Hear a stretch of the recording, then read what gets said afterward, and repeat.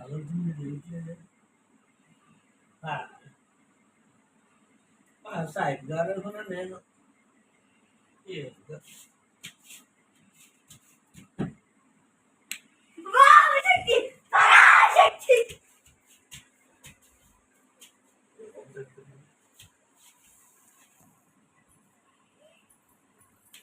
చిన్న పిల్లని చేయకండి.